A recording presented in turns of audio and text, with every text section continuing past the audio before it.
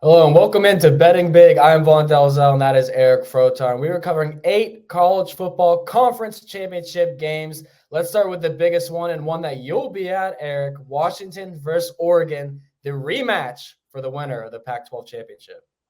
Yeah, absolutely. Thrilled to be going to this game in Las Vegas at Allegiant Stadium, the black hole itself. And we've got a big one here because let's face it, last game, Washington managed to barely squeak by Oregon. And the reason why is they don't really have a very good run defense in terms of Washington. I see Oregon coming after them pretty hard. 98th ranked in terms of run performance, 61st in overall EPA defensively. But their offense obviously is top 10 by every pretty much, desirable metric.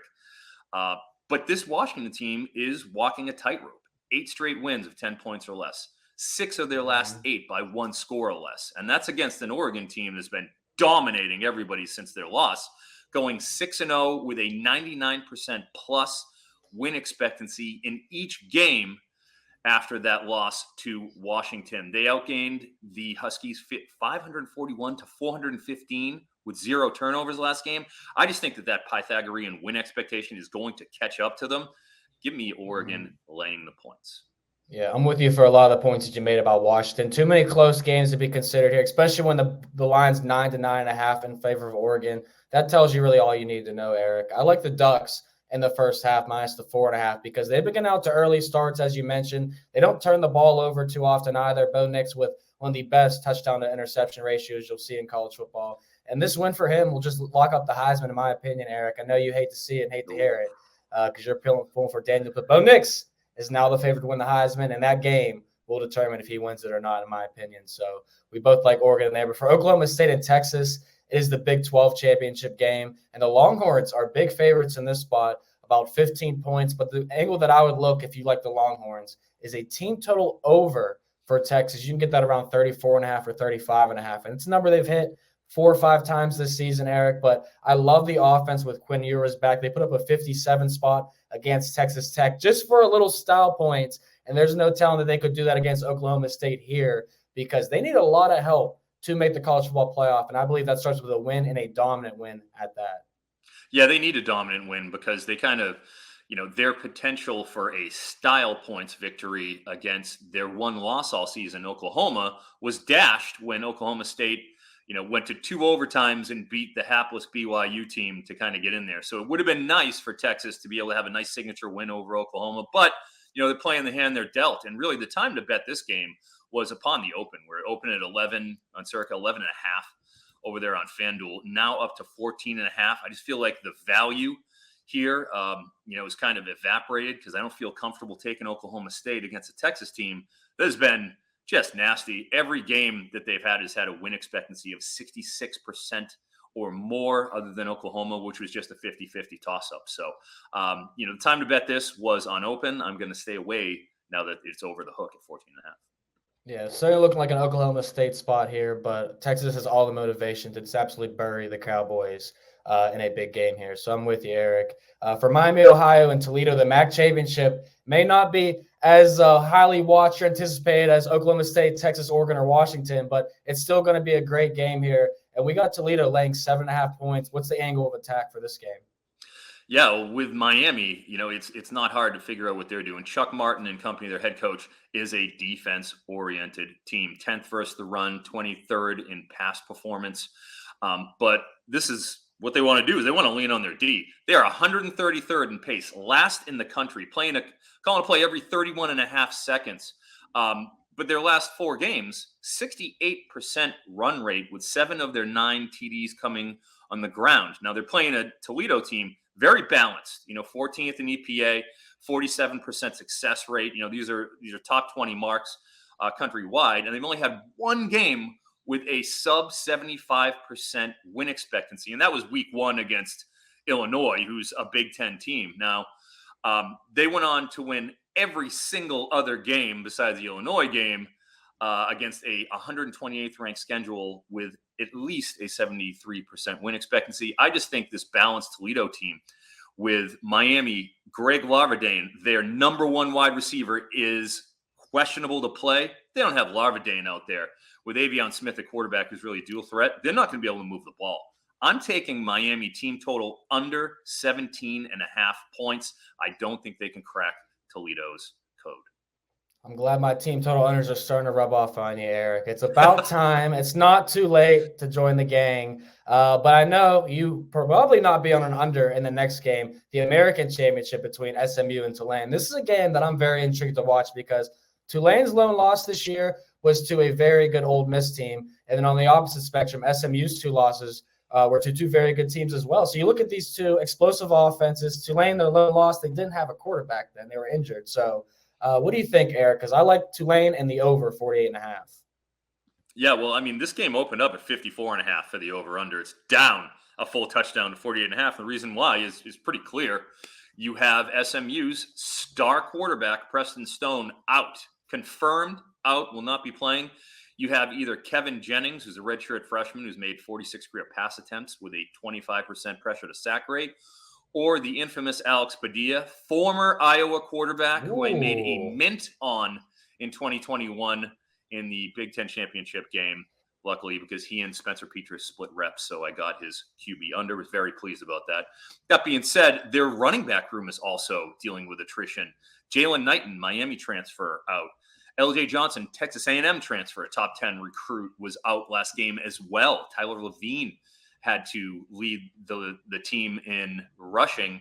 They've had 5 different rushers lead them on the ground in each of the last 5 games. That's a big issue, right? Because you're playing Tulane with Michael Pratt, seasoned, battle-tested Michael Pratt, 21st in terms of yards per pass, 2.6 points per drive at 34th.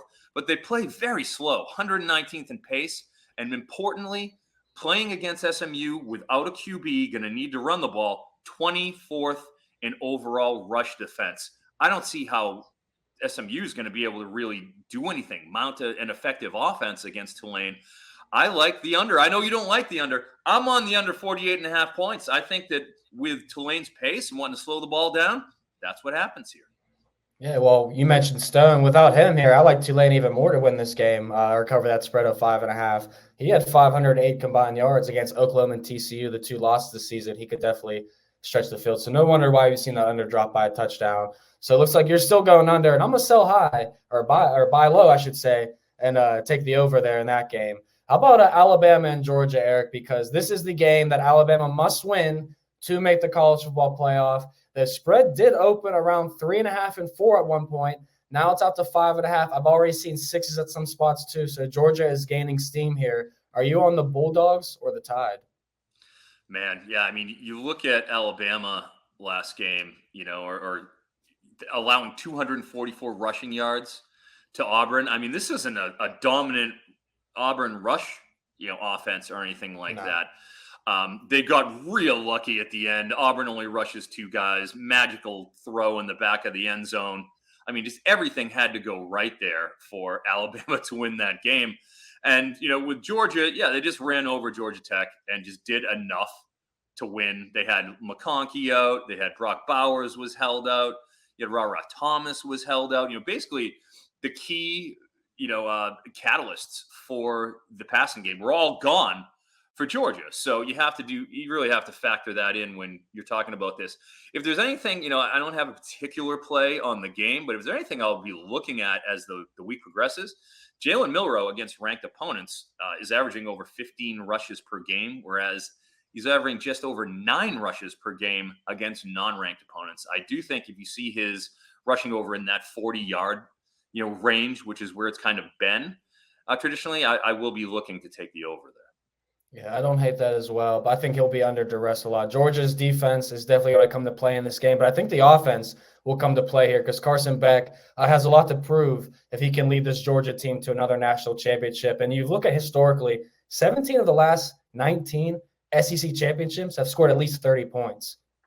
I think the Bulldogs do that. They've already done it 10 to 12 times this year, and the 2 times they went under were against South Carolina in week 3, then at Auburn in week 5. As we just noted, Auburn's not an easy place to play by any means. So I like Georgia team total over 30.5 in that spot. And I think I'm going to take some money line sprinkles, Eric, in Louisville versus Florida State because the Seminoles are short favorites. They are undefeated in a must-win situation, but they are without Jordan Travis. So that leaves them vulnerable. Louisville in a spot where they were in a look ahead. They lost to Kentucky last week, and now they have to try and upset Florida State here, and I think they can do it. So I'm going to take the plus 2.5, sprinkle the money line with the Cardinals, who I have not been high on at all this year. No, I get it. I mean, gosh, this is another game that's moved pretty significantly since it opened on Sunday. Louisville was getting 4.5 points upon open and heading into even Monday, but then obviously with everything kind of caught up with the Tate Rodemaker at quarterback issue for Florida State. When it comes to Louisville, that game they dumped against Kentucky, a classic look-ahead spot. They actually outgained Kentucky 403 to 289, but they caused 3 turnovers. That's gonna kill you every time. Kentucky didn't commit a single penalty the entire game. So that's a pretty big factor there that you have to kind of sprinkle in. With me, again, this is another case where you have a backup quarterback. Louisville, very methodical, anti-Brom sort of an offense where they're very run-oriented behind Garendo and Jawar Jordan. And then you got Florida State with Tate Rodemaker under center, where you're going to see a lot more of Trey Benson, a real ugly 15-13 grind against Florida last game. I like the under here too. That's when you have a new signal caller against, a team like Louisville, defense, run-oriented. I like the under. Well, unders are the way to go, and hopefully you'll be on an under with me in Michigan versus Iowa. Because the Wolverines, Eric, who I just saw in person, that defense looked even better against Ohio State in some ways. And against the rush defense, I should say, your boy Trayvon Henderson, which was a great call on his rushing attempt over Cash. But Iowa does not have a Marvin Harrison Jr. on their team. So I am looking at this Hawkeyes team total under 6.5. Deacon Hill has been a hot bet on our Saturday shows to his passing under. And I don't think he's going to be able to move the ball at all on Michigan. They were shut out at Penn State earlier this year, 31-0. They also had 10 points against teams like Minnesota and Northwestern. So I think, after the last 2 weeks, Iowa barely escaping Illinois and Nebraska. Obviously, this is a complete laydown spot for them. I don't think Michigan will have to win by 24 plus to cover the spread, but they should, Eric.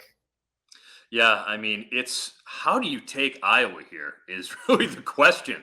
Iowa versus everybody.